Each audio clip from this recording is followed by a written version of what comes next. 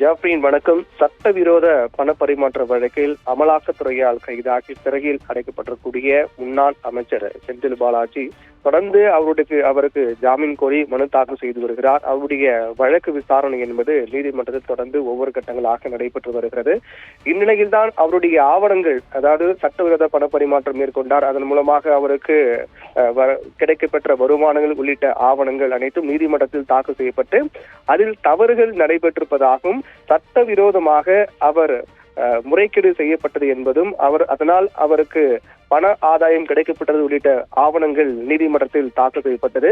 இந்நிலையில் அந்த ஆவணங்கள் திருத்தப்பட்டதாக, மாற்றி அமைக்கப்பட்டதாக, அதாவது வங்கி அதிகாரிகள் அந்த ஆவணங்களை திட்டமிட்டே மாற்றி அமைக்கப்பட்டிருப்பதாக செந்தில் பாலாஜி தரப்பில் குற்றம் சாட்டப்பட்டு நீதிமன்றத்தில் வாதங்கள் முன்வைக்கப்பட்டன. அந்த விசாரணை என்பது ஒருபுறம் நடைபெற்று வரக்கூடிய சூழ்நிலையில் அந்த சட்டவிரோத பண பரிமாற்றம் நடைபெற்றதாக கூறப்பட்ட காலகட்டத்தில் வங்கியில் பணியாற்றிய அதிகாரிகளுடைய விவரங்களை கோரி செந்தில் பாலாஜி தரப்பில் சென்னை மாவட்ட முதன்மை அமர்வு நீதிமன்றத்தில் மனு தாக்கல் செய்யப்பட்டது. அந்த வழக்கு தான் இன்றைய தினத்தில் விசாரணைக்கு வந்தது. அந்த வழக்கு இன்றைய தினத்தில் சென்னை மாவட்ட முதன்மை அமர்வு நீதிமன்றத்தில் விசாரணைக்கு வரும்போது வழக்கை விசாரித்த நீதிபதி செந்தில் பாலாஜியின் தரப்பு மனுவை தள்ளுபடி செய்து உத்தரவிட்டார். அதாவது அந்த காலகட்டத்தில் சட்டவிரோதமாக பண பரிமாற்றம் நடைபெற்றதாகவும் அந்த வங்கி ஆவணங்கள் நீதிமன்றத்தில் சமர்ப்பிக்கப்பட்டது.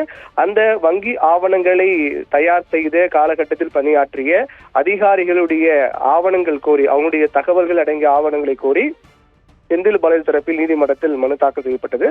அந்த மனுக்கள் அனைத்தும் தர முடியாது என்றும் தொடர்பாக செந்தில் பாலாஜி தரப்பில் தாக்கல் செய்யப்பட்ட மனுவை தள்ளுபடி செய்து நீதிபதி உத்தரவிட்டிருக்கிறார். இதன் மூலமாக செந்தில் பாலாஜி கோரிக்கை என்பது நிராகரிக்கப்பட்டதாக தெரிகிறது. தொடர்ந்து ஆவணங்கள் திருத்தி அமைக்கப்பட்டதாக செந்தில் பாலாஜி தரப்பு வாதங்கள் முன்வைக்கப்பட்டு வந்தாலும் கூட, அது தொடர்பான வழக்கு விசாரணை ஒருபுறம் நடைபெற்று வந்தாலும் கூட, தற்போது அந்த ஆவணங்களை சமர்ப்பித்த வங்கி அதிகாரிகளுடைய விவரங்களை கோரி தாக்கல் செய்யப்பட்ட மனுவை நீதிமன்றம் தள்ளுபடி செய்த காரணத்தால் அது தொடர்பான விசாரணையில் அவருக்கு பின்னடைவு ஏற்பட்டது என்பது இதன் மூலமாக நமக்கு தெரிய வருகிறது.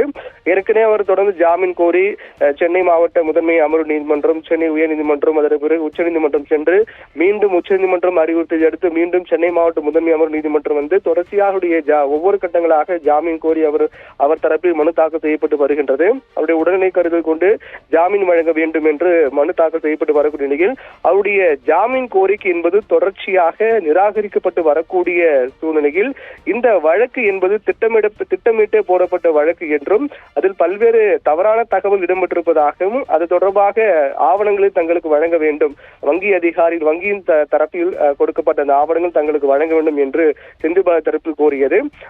அதனுடைய தொடர்ச்சியாக தான் அந்த ஆவணங்களை தயார் செய்த அந்த காலகட்டத்தில் பணியாற்றிய வங்கி ஊழியருடைய தகவல்கள் கோரி செந்தில் பாலாஜி கோரிக்கை வைத்திருந்தார். அதுதான் தற்போது நிராகரிக்கப்பட்டிருக்கிறது. இதன் காரணமாக இந்த விவகாரத்தில் செந்தில் பாலாஜிக்கு பின்னடைவு ஏற்பட்டிருக்கு என்பதுதான் இதன் மூலமாக நமக்கு தெரிய வருகிறது.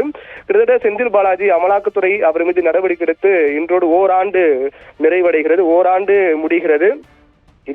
கடந்த ஆண்டு இதே நாளில் தான் அமலாக்கத்துறையால் அவர் சோதனைக்கு உள்ளாக்கப்பட்டு கைது செய்யப்பட்டார்.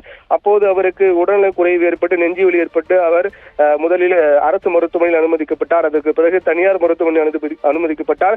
இப்படி தொடர்ச்சியாக மருத்துவமனையில் அனுமதிக்கப்பட்டு அவருக்கு சிகிச்சைகள் அளிக்கப்பட்டு நீண்ட காலம் அவர் மருத்துவமனையில் இருந்தார். அதற்கு பிறகுதான் அவர் சிறையில் அடைக்கப்பட்டார். ஆனால் இந்த நாள் தான், கடந்த ஆண்டு இதே நாள் தான் அமலாக்கத்துறையால் அவர் கைது நடவடிக்கை உள்ளாக்கப்பட்டார். ஓராண்டு நிறைவடைந்திருக்கும் நிலையில் இன்றைய நாளில் வந்து அவர் சம்பந்தமான இந்த வழக்கில் அவருக்கு பின்னடைவு ஏற்பட்டிருப்பதுதான் இதன் மூலமாக நமக்கு தெரிய வருகிறது. ஜாஃப்ரின்.